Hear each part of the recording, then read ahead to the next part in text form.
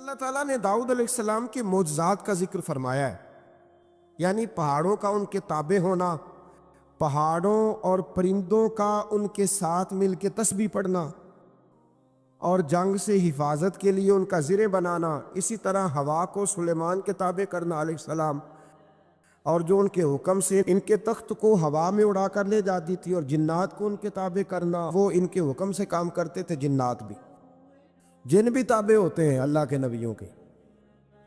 جب نبی پاک طائف سے واپس آئے تھے تو حضور پریشان تھے، تو جنوں کی جماعت نے آ کے کلمہ پڑھا، کہا یا رسول اللہ اگر وقتی طور پر انسان نہیں مانتے تو ہم تو حاضر ہیں نا، ہمیں کلمہ پڑھا دیں۔ جن رسول اللہ کے غلام بنے تو حضرت سلیمان کا تخت بھی ہوا میں اڑتا تھا۔ کبھی کسی زمانے میں لوگ اس پر اعتراض کرتے تھے کیسے اڑ سکتا ہے، جب سے جہاز اڑنے لگ گیا ہے نا، اب سائنسدانوں نے اس پہ اعتراض کرنا چھوڑ دیا ہے، باقی بھی ساری چیزوں پہ چھوڑ جائیں گے آہستہ آہستہ۔ انسان سے مجبوری میں کوئی کام ہو جائے تو وہ تو معاف ہوتا ہے، لیکن وہ کہے کہ میں بھول گیا تھا، میرا دھیان نہیں رہا تھا، مجھے یاد نہیں رہا تھا، تو یہ غفلت ہے۔ تو غافل اب جب آپ ہو جاتے ہیں تو پھر غفلت انسان کو روز بروز زیادہ غافل کرتی جاتی ہے۔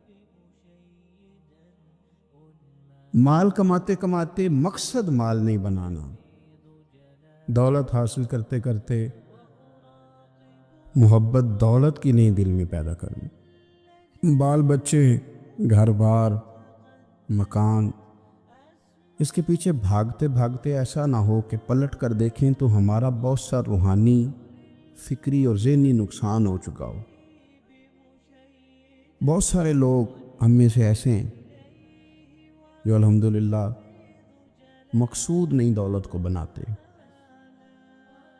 جن کا مقصود رزق حلال ضرور ہے لیکن وہ اس کو اپنے ذہن پہ سوار نہیں کرتے، صرف دولت کی ہو کے زندہ نہیں ہے، وہ اللہ کے بندے بن کے زندہ ہے، رسول اللہ صلی اللہ علیہ وسلم کے غلام بن کے فخر محسوس کرتے۔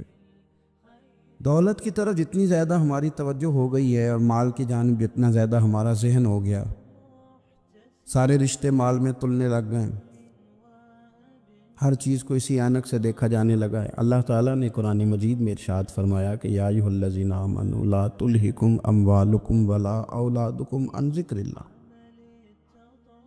اے ایمان والو تمہارا مال اور تمہاری اولاد تمہیں اللہ کے ذکر سے کہیں غافل نہ کر دے۔ اولاد بھی تمہاری ہے، مال بھی تمہارا ہی ہے، رہے گا بھی تمہارے پاس، لیکن اس کی موجودگی میں غافل نہ ہو جانا، غافلوں جیسی زندگی نہ بتانا۔ جو لوگ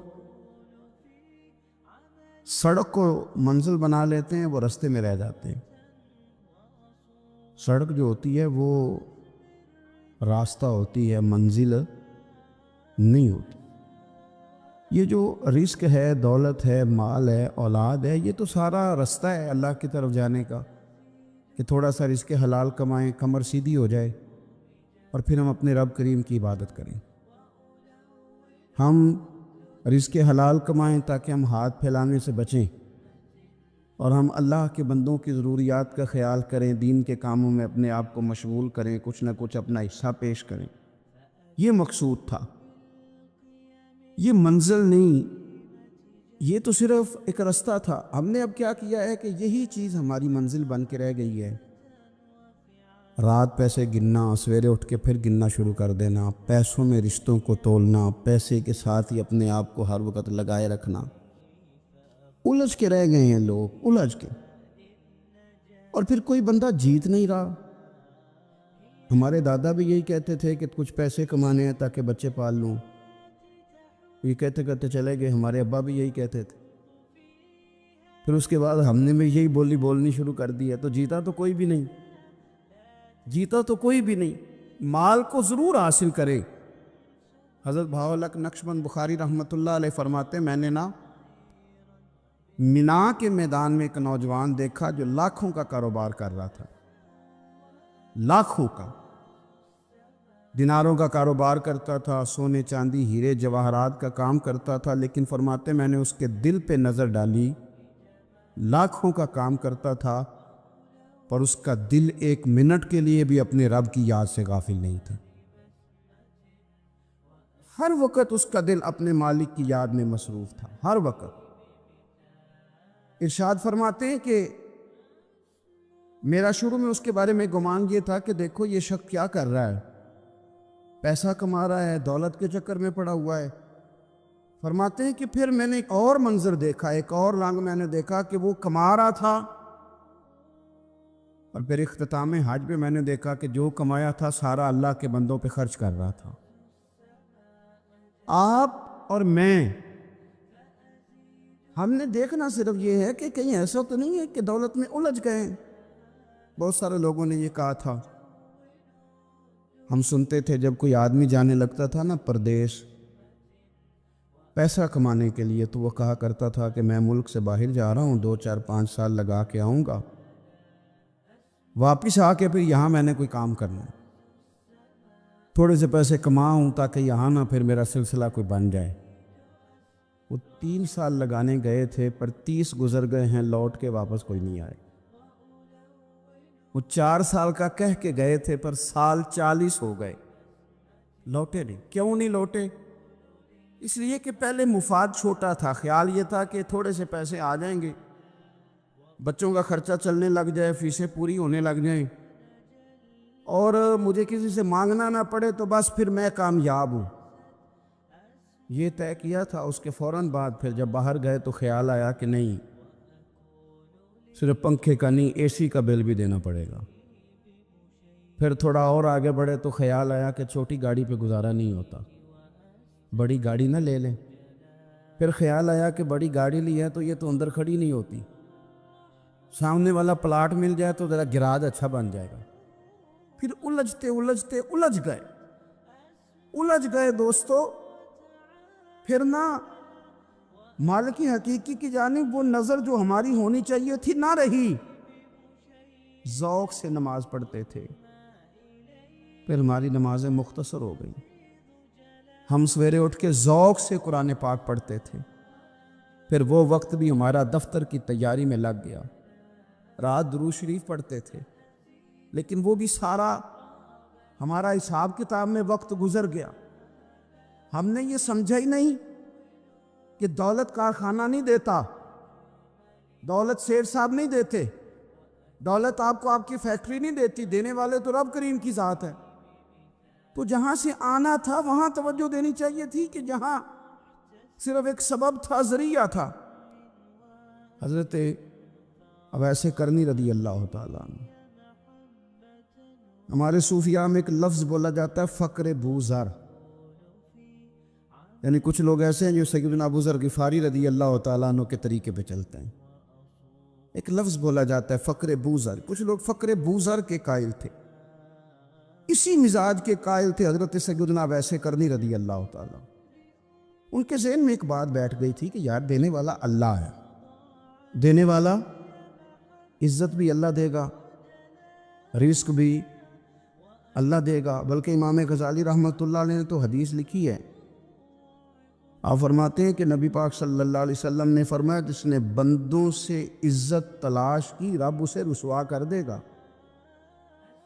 جو سیاست کر کے عزت حاصل کرنا چاہتا ہے، جو اس طرح کا ماحول بناتا ہے کہ میں کوئی ایسے کام کروں کہ لوگ میری واہ واہ کریں، لوگوں سے عزت کا حصول کرنے والے کو رسوا کر دیا جاتا ہے۔ عزت دراصل وہی ہے جو رب کریم عطا فرماتا ہے۔ میرے عزیز دوستو، آپ اپنی توجہ، دل کی توجہ، روح کی توجہ اپنے مالک کی جانب جب کر لیتے ہیں، غفلت کا پھندا اتار دیتے ہیں، اور ہر وقت غلبہ رکھنا پیسوں کا، ہر وقت اسی میں سوچنا، اسی میں محو ہو جانا، پھر آپ کا ذہنی نقصان ہوتا ہے۔ پھر آپ کی روح جو ہوتی ہے وہ بے چین رہنے لگتی ہے۔ پھر ایسے بھی غریب دیکھے جن کے پاس پیسے ہیں، پیسوں کے علاوہ کوئی شے بھی نہیں۔ پھر ایسے بھی تنگ دست دیکھے کہ جن کے پاس جائیدادیں بڑی ہیں پر ان کے پاس رات کو سکون سے سونے کے لیے وقت کوئی نہیں۔ عزیز بھائی، حضرت ویسے کرنی رضی اللہ تعالیٰ عنہ کی ملاقات ہو گئی حضرت حرم بن حیان کے ساتھ، یہ بھی تابعی ہیں۔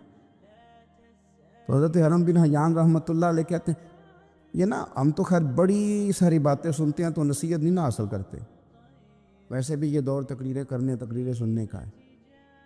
جو عمل کرنے والے لوگ تھے ان کا کیا طریقہ تھا کہ وہ ایک دو جملے کافی تھا، علم و بس کری ہو یار، وہ ایک کوئی حرف تے نہیں درکار، جملہ ایک بھی تیرے لیے کافی ہے، لیکن شرط یہ ہے کہ تو عمل کا ارادہ رکھتا ہو، تیرا خیال ہو کہ عمل کرنا ہے۔ وہ لوگ نا مختصر سی باتیں کرتے، مختصر سی نصیحتیں کرتے، لیکن وہ اخذ جلدی کرتے، اس میں سے اپنے لیے خیر جلدی تلاش کرتے۔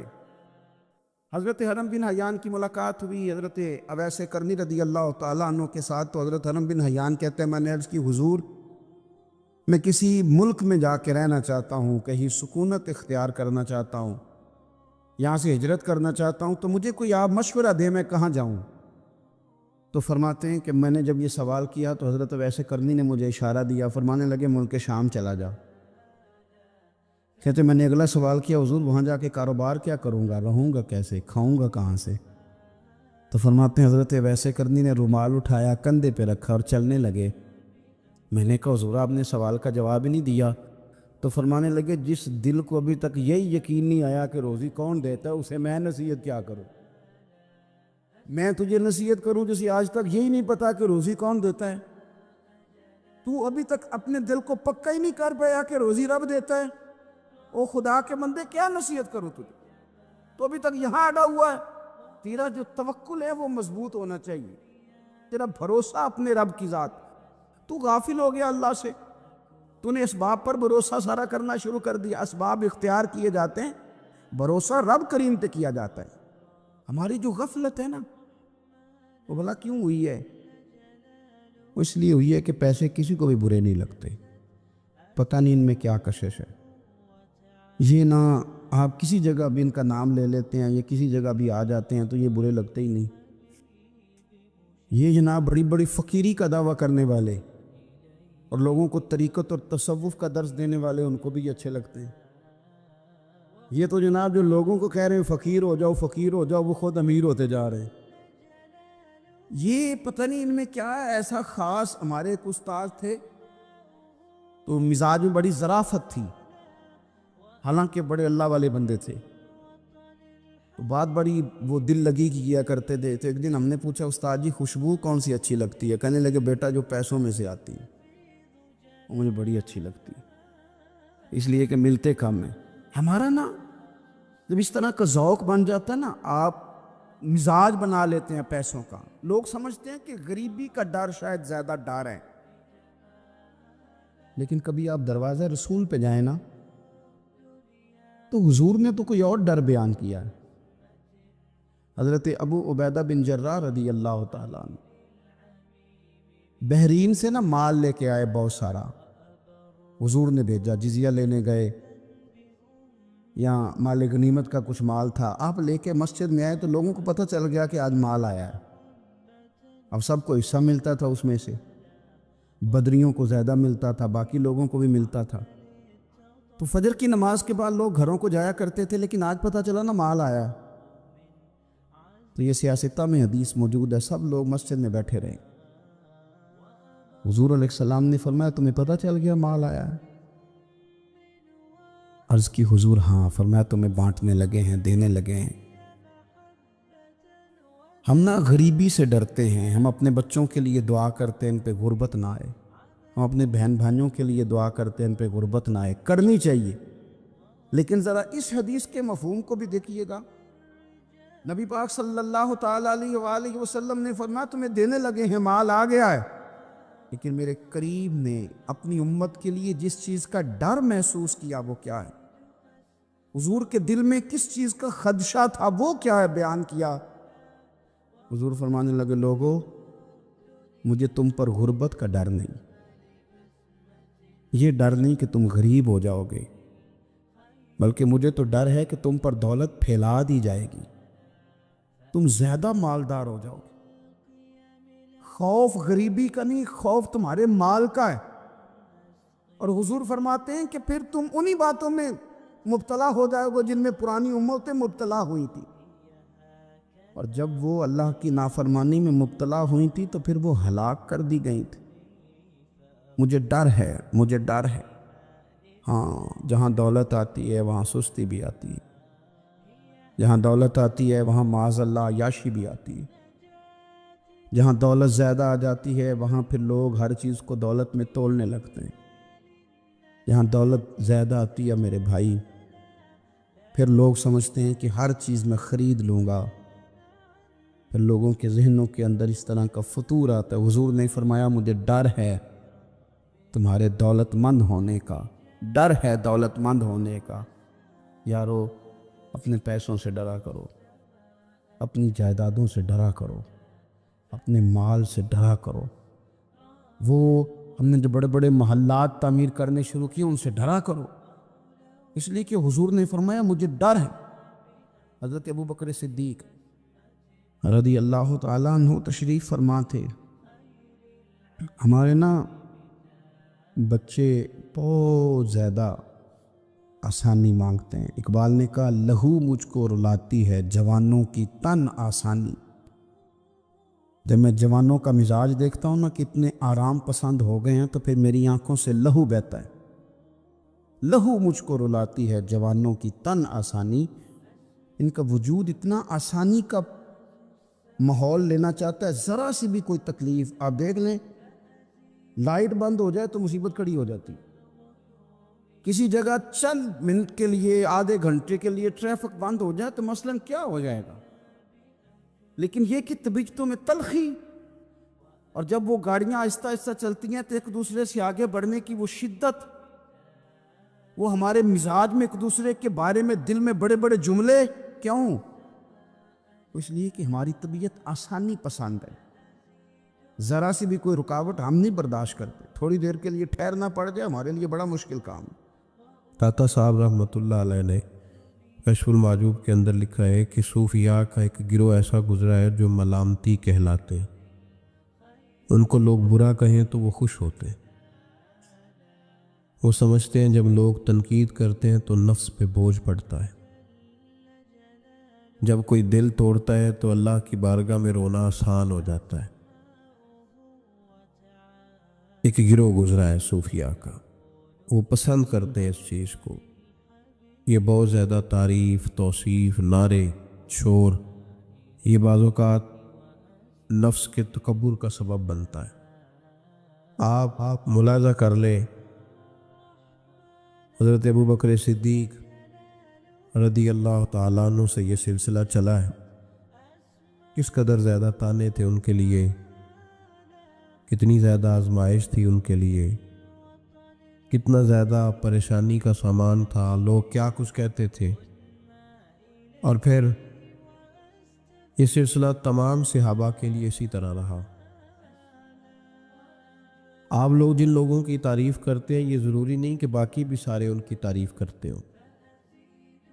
امام علی مقام سیدنا امام حسین رضی اللہ تعالیٰ عنہ کا ہم دن مناتے ہیں، پوری امت مسلمہ امام حسین رضی اللہ تعالیٰ عنہ کی عظیم قربانی کی یادگار مناتی ہے، تو سارے کلمہ گو تو ایسا نہیں کرتے۔ آج بھی ڈھیروں لوگ ہیں جو تانا دیتے ہیں، اس کو سیاسی جنگ کہتے ہیں۔ دین کے لیے یہ جو آزمائش رہی، یہ جو تانا رہا، یہ جو تنقید رہی، یہ اس کا حسن رہا، یہ چیز اس کو نکھارتی ہے، یہ اس کے اندر تازگی پیدا کرتی ہے۔ جب آپ کو راہ دین میں کوئی برا کہتا ہے تو آپ کے لیے وہ چیز مزید حسن کا سامان پیدا کرتی ہے، آپ کے لیے مزید بہتری ہوتی ہے۔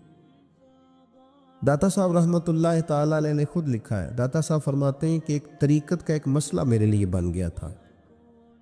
روحانی سفر انسان کر رہا ہوتا ہے نا، جب بڑے اچھے اس کے اوراد و وظائف چل رہے ہوتے ہیں، عبادات چل رہی ہوتی ہیں، تہجد میں بوجھ نہیں ہوتا اس کے لیے اٹھنا، تلاوت قرآن پاک صحیح کر رہا ہوتا ہے، اگر مراقبے پہ بیٹھا ہے تو صحیح بیٹھا ہوتا ہے، اس کے اسباق صحیح چل رہے ہوتے ہیں، کئی دفعہ رکاوٹ آ جاتی ہے، اس کی کوئی نہ کوئی وجہ ہوتی ہے، یہاں تو کہیں غلطی ہو جاتی ہے، یا انسان کوئی ایسی بھول کر بیٹھتا ہے جس کے نتیجے میں بریک لگ جاتی ہے۔ داتا گانج بخش علی حجویری رحمۃ اللہ تعالیٰ علیہ ارشاد فرماتے ہیں کہ میرا طریقت کا کوئی مسئلہ بن گیا، روحانی سفر جو میں طے کر رہا تھا۔ آج کل تو خیر سارے لوگ طے کر کے بیٹھے ہوئے نا، ہم سارے سفر، ہم تو مسافر ہے ہی نہیں، ہم نے تو مکمل کر لیا سفر۔ ہم تو گفتگو کرتے ہیں تو ایسے لگتا ہے کہ جیسے طریقت کے اماموں میں ہمارا نام لکھا جائے گا۔ بالکل ہم کوئی ماحول ہی نہیں ایسا کہ کوئی سیکھے، کوئی پوچھے، کوئی سوال کرے، کوئی آگے بڑھنے کی کوشش کرے، مزاج نہیں رہا ہمارا۔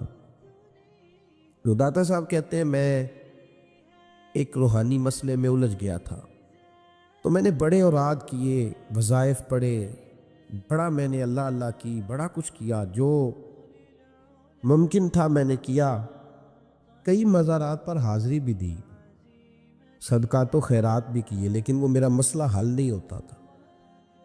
وہ ایسا مسئلہ تھا جو الجھ گیا، مجھ سے حل نہیں ہو رہا تھا۔ آپ فرماتے ہیں میں چلتے چلتے ایک مسجد میں گیا تو وہاں کچھ درویش بیٹھے تھے، درویش، اور وہ عجیب مجذوب صفت لوگ تھے، ایک گروہ ان کا پورا بیٹھا ہوا تھا۔ فرماتے ہیں انہوں نے میری طرف دیکھا تو میرا مذاق اڑانا شروع کر دیا، پھر انہوں نے خربوزے کھانے شروع کیے، وہ خربوزہ کھاتے تھے اور چھلکے مجھے مارتے تھے۔ آپ فرماتے ہیں وہ چھلکے مار کے پھر ہنستے تھے، پھبتیاں کستے تھے، میرا مذاق اڑاتے تھے۔ فرماتے ہیں وہ میرا مسئلہ جو کئی دنوں کا اٹکا ہوا تھا، حل نہیں ہو رہا تھا، ان کی یہ حرکت کرنے سے میرا وہ والا مسئلہ اللہ نے حل فرما دیا۔ میرے اندر وہ تازگی پیدا ہو گئی۔ جب کوئی شخص خبر لاتا ہے نا آپ کے لیے جب کوئی خبر لاتا ہے کہ فلاں نے آپ کو برا کہا، تو اس میں محاذ نہیں قائم کرنا چاہیے۔ ایک ہم لوگ محاذ بنا لیتے ہیں، جو موقع ہماری عین اصلاح کا ہوتا ہے، جس میں ہمارے لیے بڑے اسباق ہوتے ہیں، ہماری بہتری بہت زیادہ اس کے اندر مضمر ہوتی ہے، ہم اس کو سمجھتے ہی نہیں۔ یہ جو دین کے لیے تانا ہوتا ہے نا جے کر، یہ تانے نصیب ہو جائیں ہمیں، اگر ہمارے مقدر میں آ جائیں یہ تانے، تو یہ بڑا فائدہ کریں گے، یہ نفع کریں گے۔ بہت سارے تانے ہم برداشت کرتے ہیں، لوگ بہت ساری برادریوں کو اچھا نہیں سمجھتے، ہم سہتے ہیں، ابھی کوئی برادری چھوڑ کے نکلا تو نہیں۔ بہت سارے لوگ بہت ساری چیزوں کو اچھا نہیں سمجھتے، لیکن ہم نے احتجاج تو نہیں کیا۔ مذہب کے معاملے میں ذرا سا ہلکا سا کو تانا دیتا ہے۔ میں نے کہا کہ آپ دیکھیں نا داتا صاحب نے کتنی خدمت کی، تو کیا سارے لوگ اچھا کہتے ہیں داتا صاحب کے مزار کو؟ آج بھی اتنی لمبی زبانیں نکال کے لوگ کہتے نہیں وہ شرک کا اڈا ہے معاذ اللہ۔ بابا فرید علیہ رحمہ، زہد الانبیاء، شیخ الاسلام، تو کیا ساری دنیا ان کو صحیح کہہ رہی ہے آج بھی؟ تو یہ تو بھائی لطف ہے، آپ اس لطف کا رنگ کیوں خراب کرتے؟ اس کا ذائقہ لیں، اس طرف بھی توجہ کریں، اس پر غور کریں۔ میرے اعلیٰ حضرت فاضل بریلوی رحمۃ اللہ تعالی علیہ، اعلیٰ حضرت رحمۃ اللہ علیہ کے زمانے میں لوگ انہیں مجدد کہتے تھے، ان کے زمانے میں ہی انہیں امام اہل سنت کہا جاتا تھا۔ ان کے دور میں بڑے بڑے شیخ الحدیث، بڑے بڑے لوگ ان کی بارگاہ میں آ کے بیٹھا کرتے تھے۔ سید دیدار علی شاہ صاحب رحمۃ اللہ علیہ عمر میں ان سے بڑے تھے، لیکن پھر بھی ان کی خدمت میں آ کے بیٹھتے تھے۔ صدر اللہ فاضل سید نعیم الدین مراد آبادی جیسی شخصیات ان کی بارگاہ میں رات کو بیٹھا کرتے تھے۔ بڑے بڑے قیمتی لوگ، حضرت محدث سورتی، یہ مرید تھے مولانا فضل الرحمان گنج مراد آبادی رحمۃ اللہ علیہ کے، اور پڑھا بھی انہی سے، خلافت بھی انہی سے، سارا سلسلہ انہی سے، لیکن ہر وقت اعلیٰ حضرت کے پاس بیٹھے رہتے تھے، اور عمر بھی اعلیٰ حضرت سے زیادہ تھی۔ تو کچھ لوگوں نے کہا کہ سارا سلسلہ وہاں ہے، بیٹھے یہاں رہتے ہو۔ فرمانے لگے یار جو ایمان کی لذت ان کے پاس ملی ہے وہ کسی اور جگہ نہیں ملی، ہر چیز اپنی جگہ پہ، لیکن اس کے ساتھ ساتھ ایک دوسرا پہلو بھی تھا۔ جس طرح آج لوگوں نے شور ڈالا ہے نا، اتنی تنقید شاید کسی شخص پہ ہوتی ہو جتنی فاضل بریلوی پہ معاذ اللہ کی جاتی ہے۔ لوگ بدعتی کہہ کے، قبر پرست کہہ کے، بڑا کچھ کہہ کے تانے نہیں دیتے، انہیں الزامات نہیں لگتے. تو یہ آج نہیں شروع ہوئے، اس زمانے میں بھی یہ سلسلہ جاری تھا.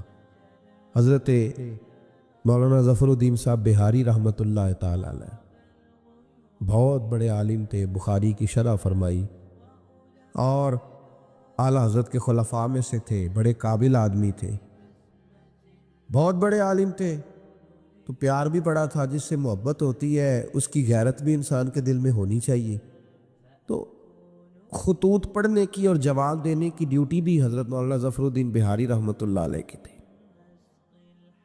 تشریف فرما تھے، بیٹھے ہوئے تھے، تو خط آتے تھے.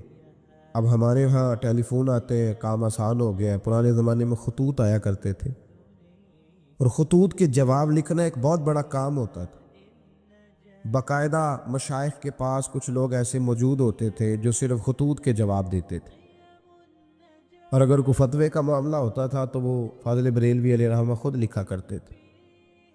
تو خط کچھ آئے، مولانا ظفر الدین بہاری رحمۃ اللہ علیہ پڑھنے لگے، سنانے لگے، جواب اعلیٰ حضرت فرمانے لگے، وہ لکھنے لگے. تو ان خطوط کے اندر 2-3 خطوط ایسے بھی آئے جس میں لوگوں نے اعلیٰ حضرت کو گالیاں لکھی ہوئی تھی، معاذ اللہ، بڑے سخت جملے کہے تھے، اور ایسی باتیں کہی تھیں کہ جو وہ پڑھتے گئے تو انہیں جلال آتا گیا.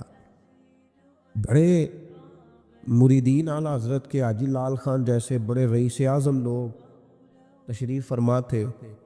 جب یہ خطوط پڑھے گئے، جلال آیا سب مریدین کو، اور جوش میں مولانا ظفر الدین بہاری کہنے لگے میں ان پر مقدمہ کروں گا، میں کچہری جاؤں گا، عدالت جاؤں گا، میں مقدمہ کروں گا، انہیں سزائیں دلواؤں گا.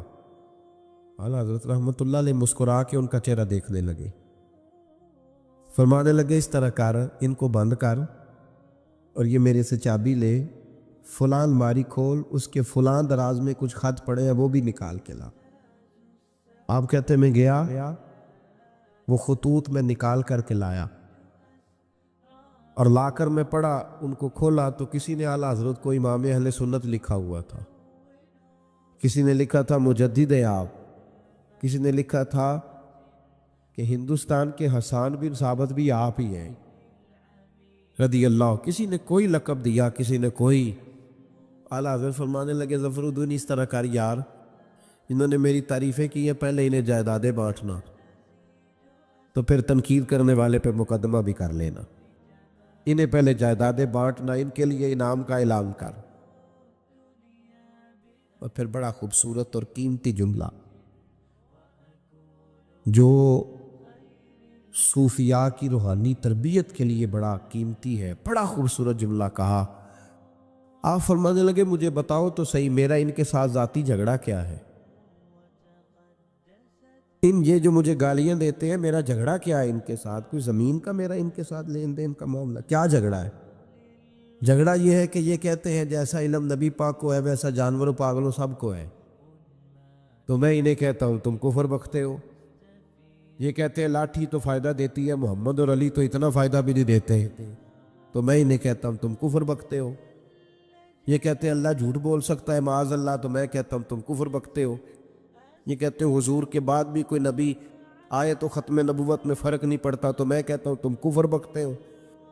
یہ کہتے ہیں گدھے بیل کا خیال آئے تو نماز نہیں ٹوٹتی، نبی پاک کا آ جائے تو ٹوٹ جاتی ہے.